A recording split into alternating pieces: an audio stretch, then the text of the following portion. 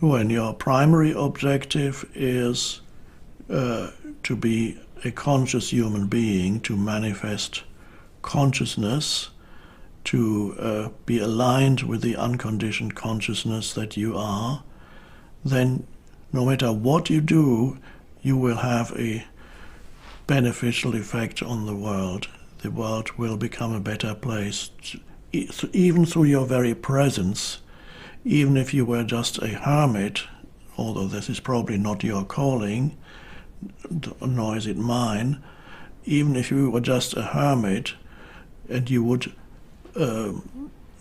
sustain this consciousness of your essence, identity as I call it, and you would be aligned with the unconditioned consciousness in your contemplative practice, you would make a difference to the totality of human consciousness, which is one single thing, that there is such a thing as the totality of the collective human consciousness.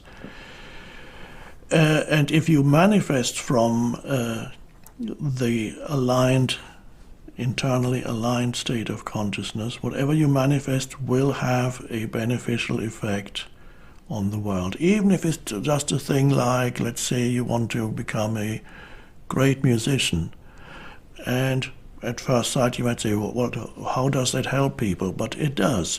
Great music that touches people in the innermost of their being has an important effect and makes the world a better place.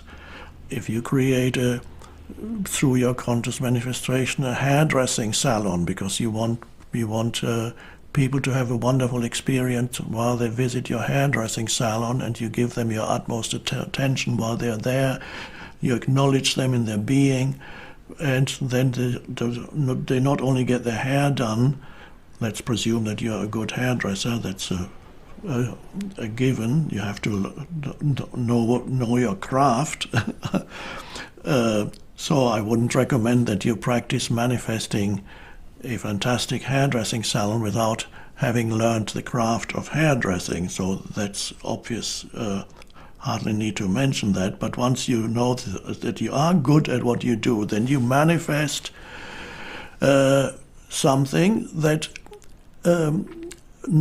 goes there in some way, has an effect on the consciousness of every human who comes in touch with whatever it is that you create. So they come to have their hair done, but not only that, you speak to them, you listen to them, you embody the presence, and when they leave, they not only look better, they also feel better within themselves without knowing why. So because the consciousness that you embody spreads out to others. But all kinds of giving also require wisdom, because again, good intention is not enough without wisdom.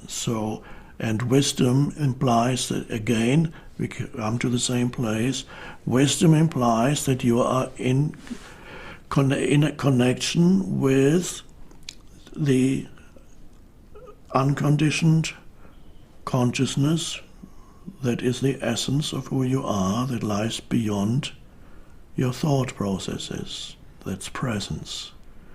So you need to become present. If you're not present, you have no access to wisdom. If you don't have access to wisdom in your life, and wisdom is not IQ, is not analytical intelligence, nor is it accumulated knowledge. Wisdom is something that this world knows very little of, our civilization, but it's in some ancient civilizations was highly regarded.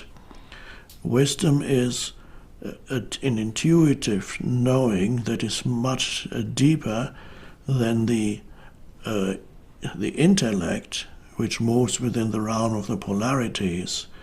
So you have a good intention. A good intention does not guarantee a good outcome. A good intention can actually have unforeseen consequences that are the opposite of good. So yes, it's good to have good intentions, Of course, you're familiar with the famous saying, the road to hell is paved with good intentions. So have good intentions, but have wisdom, so that your intention does not produce ultimately the opposite of what was intended. Again, in any course of action that you undertake, it is very important. Perhaps the most important ingredient is to have access to the dimension within yourself where wisdom arises. And that is an essential part of any successful, let's put it like that, manifestation practice, is that you have that wisdom, so that you not inadvertently create bad when you wanted to create good, which is not uncommon.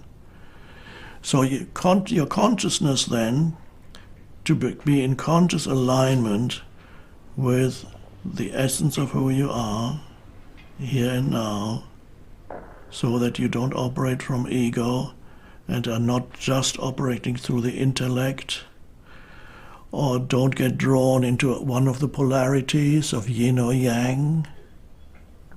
That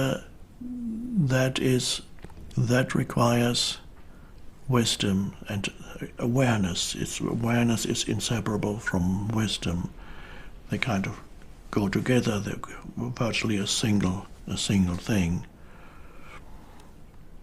It's they're all very subtle, and it's not complicated. It might sound a little complex when I talk about it. It's not ultimately complex. You just have to go deep enough within yourself to realize this and to live it.